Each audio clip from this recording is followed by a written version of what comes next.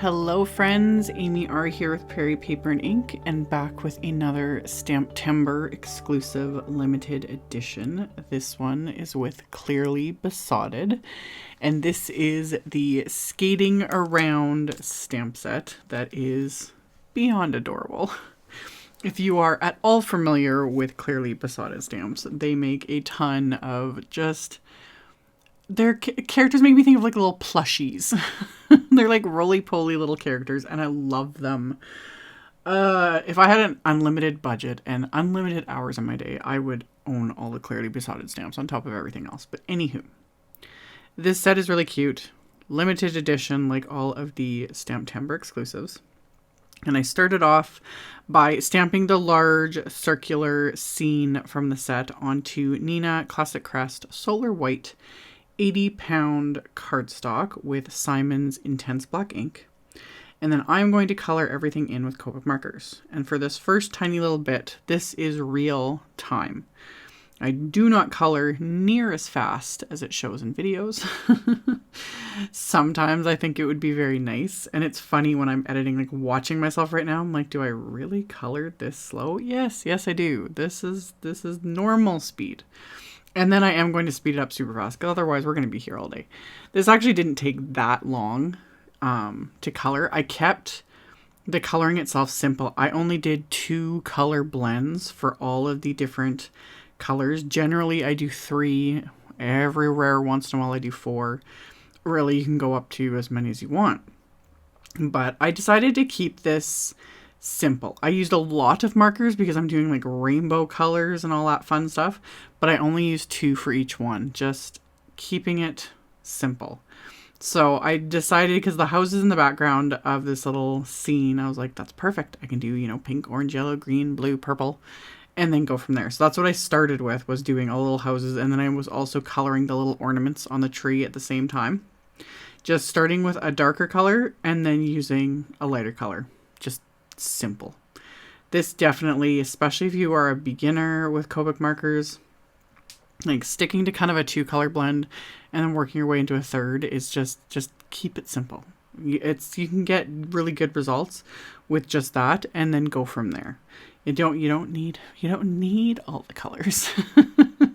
Says the person who has them all and has to have all the colors of all the things, but you technically don't. So anyway, I did rainbow colors for the houses and the ornaments. I did cool grays for the roofs of the houses. I did warm grays for the little mountains in the background. And then I used the same blues as the one on the house for the sky. And then I did a different color combo of greens for the tree, just to make it, you know, stand out a bit more and make it a little more green. And then I did a little bit of cool gray and then BG quadruple 0 for the snow.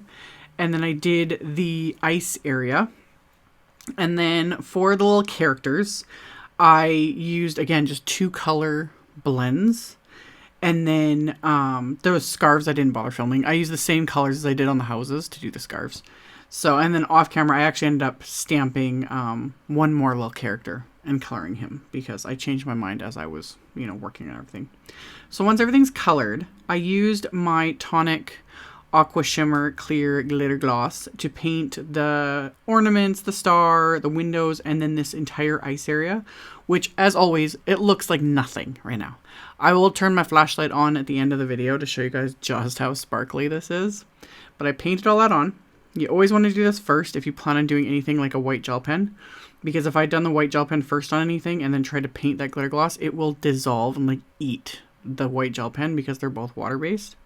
So I'm adding the white gel pen, and I started adding snowflakes with the white gel pen, and I was getting annoyed and frustrated. I see other people do this, like Sandy Alnock is the queen of adding that sort of all that dots and texture and everything. I just start getting really frustrated and impatient. But then I remember that I had bought these Jane Davenport, they're Storytime paint pens. I had bought them like last year or something. They're perfect. And I'd purposely got them because the 2 white ones in the pack, I was like, these will make the perfect snow, which they do. There's a finer point and a larger point. I ended up just using both and just really lightly dabbed them on here, and it created quick and easy snow. So I'm not having to sit and draw a ton of circles with my gel pen. So this went really, really well. I also used them to add a bit of snow to the top of the mountains in the background, and I set that aside. And I went back to my gel pen here and just added my little dots and little highlights to all the little characters. Just, again, keeping it simple. So after I'd done that, I cut everything out. This set, you can get the limited edition stamp set is just the stamps. There is the stamp set with the coordinating wafer dies. I'll have links to both. FYI, the sets with the coordinating wafer dies are always the fastest to sell out. And this year has been absolutely insane with how quickly things have been selling out. This was completely unprecedented and not anticipated. So just heads up. So anywho, after I was done all my coloring, I'd cut out the images. The main panel I cut with one of Simon's basic rectangle wafer dies. I made my card base from some sea glass cardstock, and it's a top folding A2 size card. And then for me, which is not the norm, I had a piece of black cardstock out. I was going to heat emboss my sentiments onto black cardstock, because that's just, for me, it's force of habit. But I decided not to, and I used some Island Blue? Yes, Island Blue cardstock from Simon. And I stamped a couple sentiments from this little set onto it with clear embossing ink. Melted that with my heat tool, and then I'm going to trim these out with my paper trimmer. And then for the main panel, rather than pop it up with foam tape, because the layer I stamped and colored on was that 80-pound Neenah cardstock, which is a fair bit thinner. Rather than like fiddle with foam tape and the potential sometimes you can almost see things through it. It's a weird, like I notice it, most of the time other people don't. But to give it more strength and whatnot, I actually just die cut another couple pieces of cardstock with that same rectangle wafer die, and then adhered them all together. So then I don't even have to bother with cutting and peeling back any foam tape. So I did that, and then I've arranged my little characters. You can see I colored another like little puppy there, the one that's fallen over. So I had colored him as well to add to my little scene.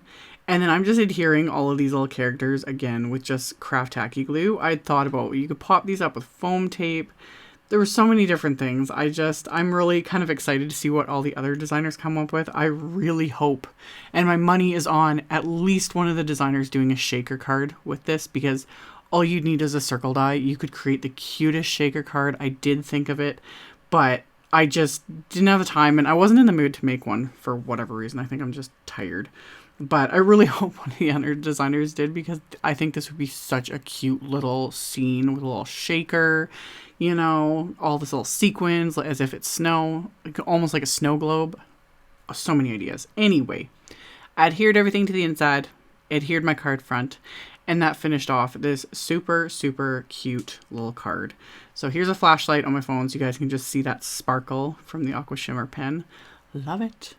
And that's it for me for the moment. As always, there will be links below the video to my blog post, supply list, links to the supplies used, links to the limited edition set and the combo set with the wafer dies. You can check that out below if you're interested. Thank you all so much for watching, subscribing, thumbs upping, commenting. I really appreciate it. Stay tuned. I'll be back very soon with another video, so I will see you all very soon in the next one. Bye!